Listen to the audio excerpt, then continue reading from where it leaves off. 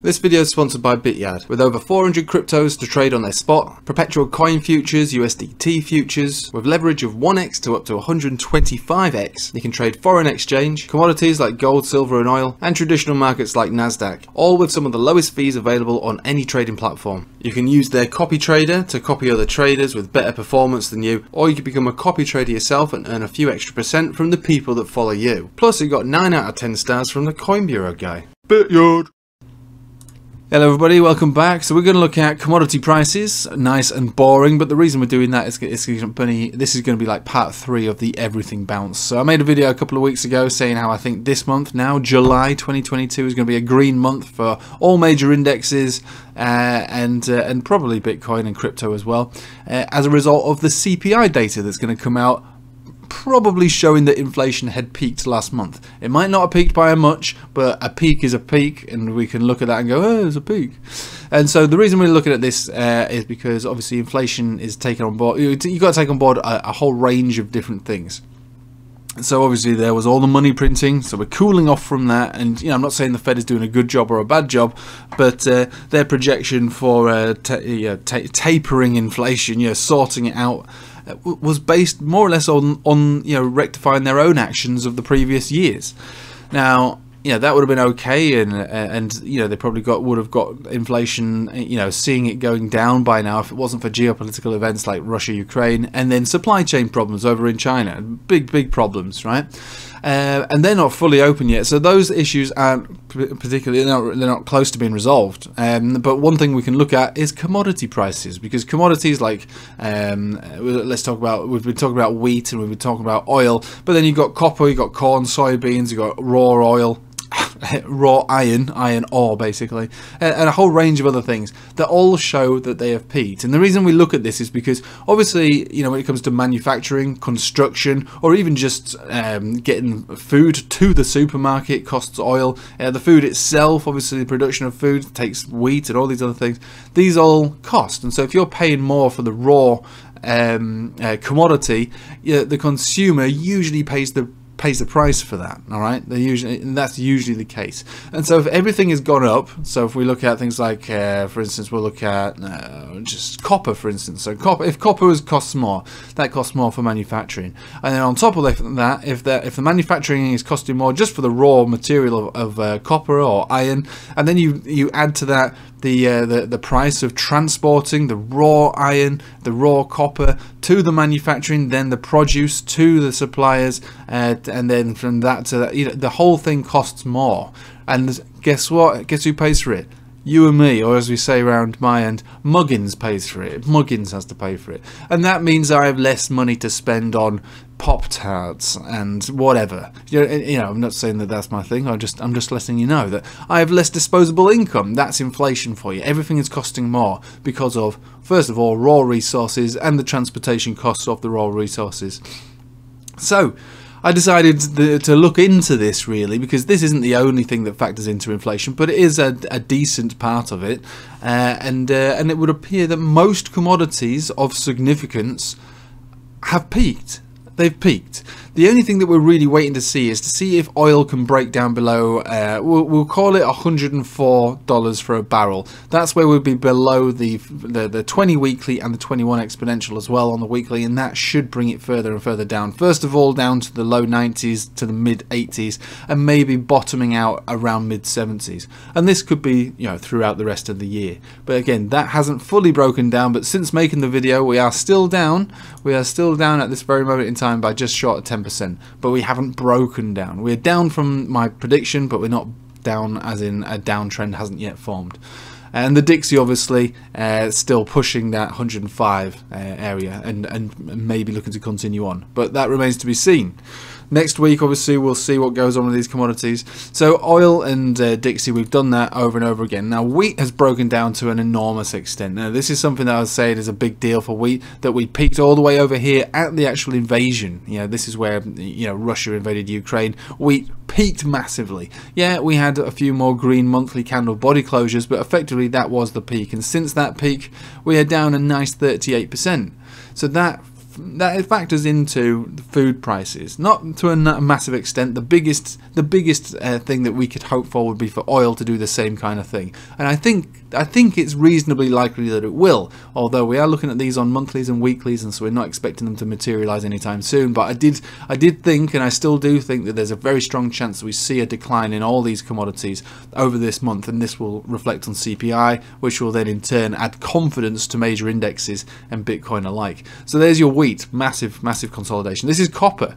So copper on the monthly. So where did we find our peak? Right back over here in March. Same as everything really, and so far we're down 23%. Copper is obviously a massive manufacturing raw commodity there, so that's a big deal, seeing that breaking down. Let's just take it to a weekly just very briefly to see where it reflects on the chart, and turn on these indicators just to have a look. So yeah, nicely breaking down below absolutely everything, so pushing the outer limits of the Bollinger Band there, and the center all the way up here, and the 21. So this is what we're looking to hope for when it comes to oil. We're looking for this same kind of breakdown for oil, and this is going to be the tipping point. Corn, let's have a look at corn. So corn, just like anything else, went up as a result of everything going up. So April found its peak over here. Since then, it's been on the decline, 21, almost 22% down. Turn on these indicators, put it on the weeklies, see how strong the trend is getting.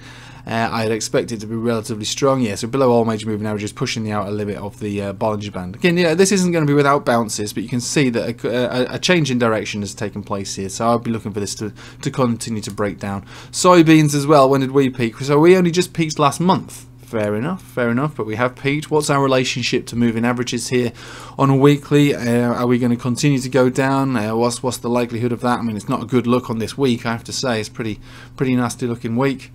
It's not bringing me my my indicators. Come on. So these charts are particularly noisy, so I try and keep it off for the most part, and it's not doing it. But there we go. So yeah, a nice reaction from the center of the Bollinger Band there on this weekly. So we came up to retest it. We've got now a massive shooting star weekly candle body. So that's bearish, and looks for continuation down. So we could go on and on and on and on and on for all these commodities that factor into a CPI inflation data.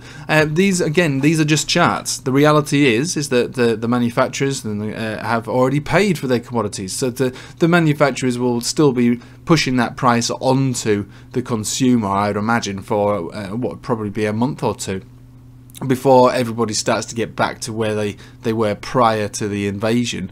Which has been the main reason, the main driver, as you can see, for these blow-off tops, which is what they kind of are, blow-off top situations for commodities. But now we're coming back down to earth. Reality is kicking in that actually, these prices, they were driven by, if anything, futures and derivatives more than the actual reality of what's going on in the world. There is obviously food shortages and things like that, but these prices don't warrant staying as high as they were, and I think they're all coming down. And again, it'll take time for that to filter through to the consumer, so inflation's still likely to remain high for the rest of this year. But do we think we're going to find an inflation that's peaked around here as we start to see these commodity prices break down? I think it's quite likely. I think it's more than likely. Now, I wouldn't want to bet my life on it, but just from what I can see and what I can digest out of just the basics of what's going on here and why inflation is so high, I think there's a very strong chance that we'll have seen a peak in inflation, and it might even be a significant peak as well. So we had a little bit where we came down by a fraction, we went straight back up again. I think this time, if we do have a peak, it might be by quite a decent margin, maybe close to a single %, which isn't much, but it's better than going up, which is obviously what's happening over in Europe, who are a lot more vulnerable to the situations that are occurring right now, obviously, as it was all taking place in Europe. So there you go. That's the update of the everything bounce. Things really are working the way I expected them to work. So I do think that we're going to see some nice upside across major indexes like Dow Jones Industrial Average, which again, for the record, I bought this low. I still hold on to this. It was getting a little bit dodgy, but I bought this low. This is where I was talking about buying, bought it.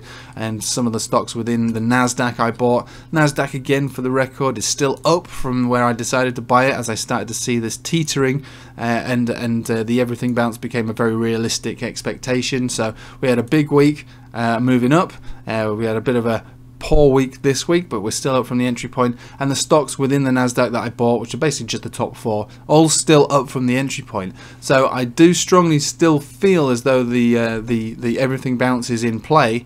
And look, realistically, we're in a giant consolidation, just like we are with Bitcoin. If we do move up from here, we'd be looking to move up to the top of this range and maybe get rejected from there. I'm not looking particularly for this to be a massive everything reversal, which is why I framed it as the everything bounce.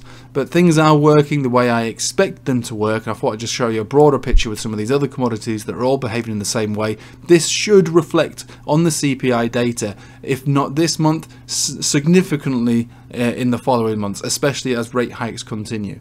So for those who really are calling for huge calamity events in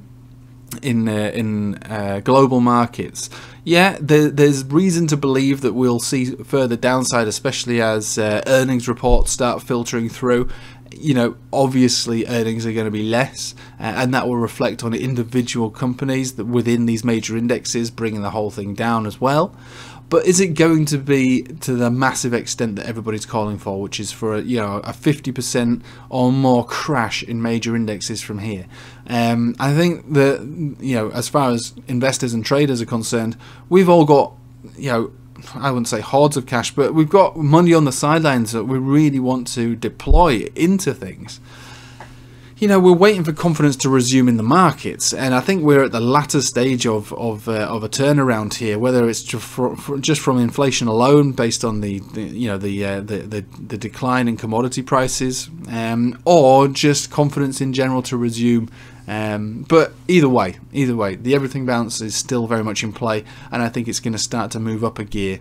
Like I say, the only variable which will go against this is companies' earnings, which are bit by bit going to be released over the next few weeks. That could have a significant impact to the downside. Outside of that, though, I think that anything that takes place in major indexes further downside as a result of poor earnings would be an opportunity to start buying into those stocks. I think it's time to deploy some of that money in those bad earnings reports, because I don't think it's going to go on for long. Don't think this recession is going to be anything like the ones we've had in the past. I think what we're seeing here is a massive overreaction to the deleveraging of all financial markets due to the liquidity leaving because of the Fed's policies and all major central banks' policies. They're all doing the same thing, and it's at that point then where we start to, I suppose, pick our stocks again. And again, I've made a video on Bitcoin's market cycle and reasons why that looks like it's bottomed. These are the times where we think about starting to deploy some money again into all of these markets, all of these stocks, for what is a decent investment opportunity over a decent period of time. We're not looking for this isn't shitcoin central where we get rich immediately fast, but this is where we position ourselves, whether it's for pensions or 2 to 3 year time horizon stock positions, where we do really actually have to think about it in reality. And there's going to be a lot of YouTubers and people out there calling for huge crashes, and look, maybe they're right, but I don't see it. I see this as an opportunity now rearing its head for what is going to be life-changing and I suppose financial security really down the line. This is what we've been waiting for. We've made some serious gains over the last few years just in crypto alone, never mind what anyone did in stocks. Now it's time to start to redeploy some of those gains, which is what everybody is looking to do. I know that some people have been losing money, they're ones who didn't sell any of it, but for the ones of us, for those of us who did and have got money on the sidelines, this is like the dream, really. This is the dream. We've made fast money over a short period. Now it's time to really stick our money back into these markets for what is likely to be an epic opportunity given enough time. Looking back at it, this is going to be it's going to be amazing. Anyway, I'll leave with you there. Thanks for watching, guys. Hope you have a nice day and take it easy.